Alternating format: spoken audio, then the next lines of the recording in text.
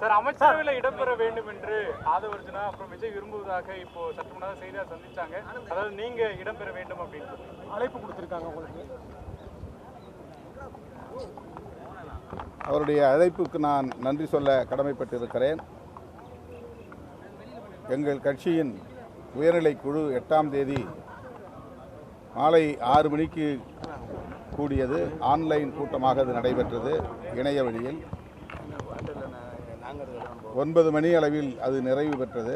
அந்த கூட்டத்தில் கலந்து கொண்ட பெரும்பாலானவர்கள் அமைச்சரவையிலும் இடம்பெற வேண்டும் என்கிற கருத்தை முன்மொழிந்தது அனைவருக்கும் அறிந்த உண்மை, அனைவரும் அறிந்த ஒன்று.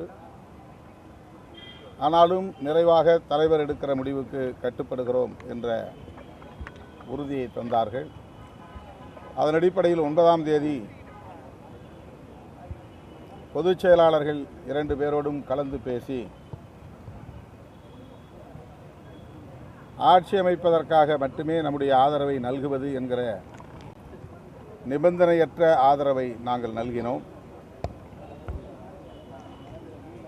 பதவியேற்புக்கு பிறகு வேளச்சேரிக்கு வருகை தந்த திரு விஜய் அவர்கள் தம்முடைய விருப்பத்தை வெளிப்படுத்தினார். அதை இப்போது மீண்டும் வெளிப்படையாக ஆதவ் அர்ஜுனா அவர்கள் வழிமொழிந்திருக்கிறார். இது குறித்து எமது முன்னணி பொறுப்பாளர்கள், பொதுச் செயலாளர்கள், மாநில பொருளாளர், முதன்மை செயலாளர் போன்ற முன்னணி பொறுப்பாளர்களோடு கலந்து பேசிய பின்னர் எங்கள் முடிவை அறிவிப்போம். ஆட்சியிலும் பங்கு, அதிகாரத்திலும் பங்கு தான் விசிகாவுடைய கொள்கை. அப்படி இருக்கும்போது யோசிக்க வேண்டிய காரணம் என்ன சார்? தவேகா கூட்டணியில் இணைந்து நாங்கள் தேர்தலை சந்திக்கவில்லை.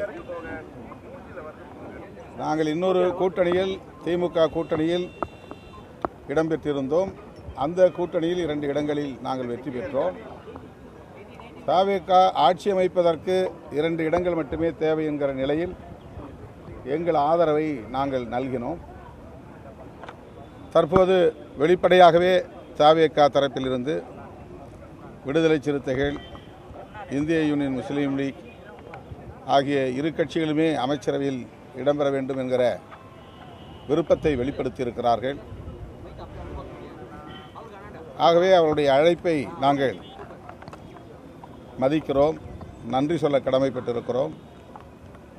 என்றாலும் இதற்காக மீண்டும் உயர்நிலைக் குழுவை கூட்ட வேண்டிய தேவையில்லை. பொதுச் செயலாளர்கள் 2 பேர், பொருளாளர், முதன்மை செயலாளர்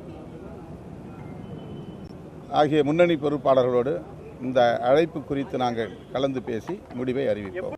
பிளே ஸ்டோர் மற்றும் ஆப் ஸ்டோரில் இருந்து பாலிமர் செயலியை QR கோடு மூலம் பதிவிறக்கம் செய்யுங்கள். செய்திகளை உடனுக்குடன் பெறுங்கள்.